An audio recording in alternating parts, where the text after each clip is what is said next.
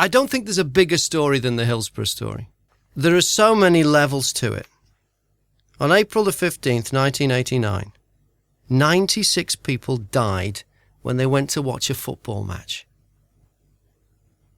And if you look at the names on the memorial at Anfield, or when they're printed in the papers, wherever you see that list, first thing that strikes you is how young some of the victims were.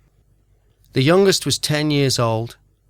22 of them were under the age of 18. They weren't even 18.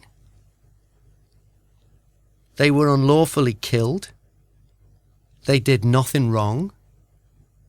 But for 27 years, the fans have been blamed for causing the tragedy. The police lied on a scale I don't think we've ever seen before. They changed statements. The Sun newspaper, the next day, the day after the tragedy, ran a front page under the banner The Truth, which said, fans urinated on policemen.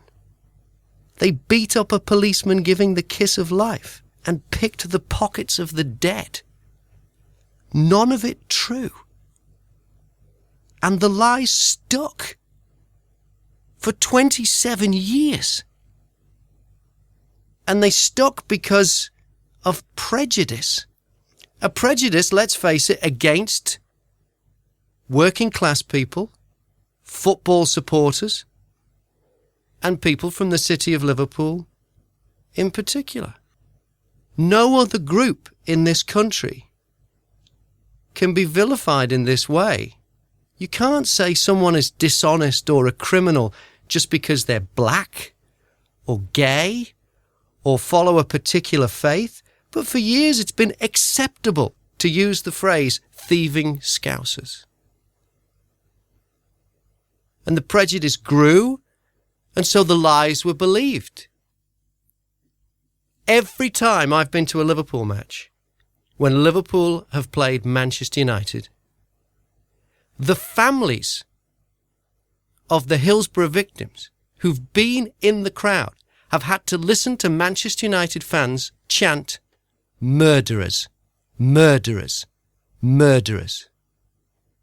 People who lost their children have had to listen to this. And so yesterday,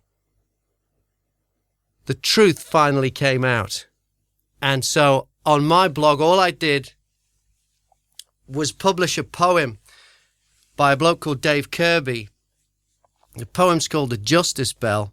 It came out on the 13th anniversary of the Hillsborough disaster.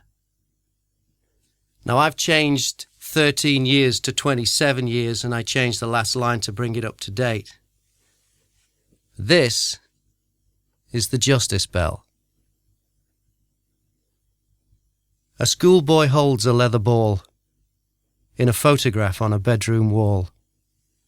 The bed is made, the curtains drawn, as silence greets the break of dawn.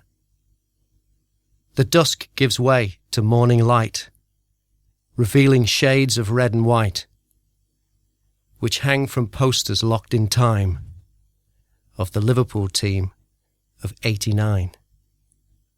Upon a pale white quilted sheet, a football kit is folded neat. A yellow scarf, trimmed with red, and some football boots beside the bed. In hope, the room wakes each day to see the boy who used to play. But once again, it wakes alone, for this young boy is not coming home. Outside, the springtime fills the air. The smell of life is everywhere. Violas bloom and tulips grow, and daffodils dance heel to toe.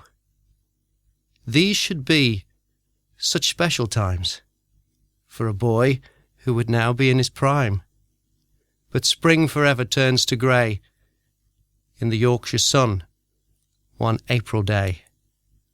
The clock was locked at 3:06 as sun shone down upon the pitch lighting up faces, etched in pain, as death descended on Lepping's Lane.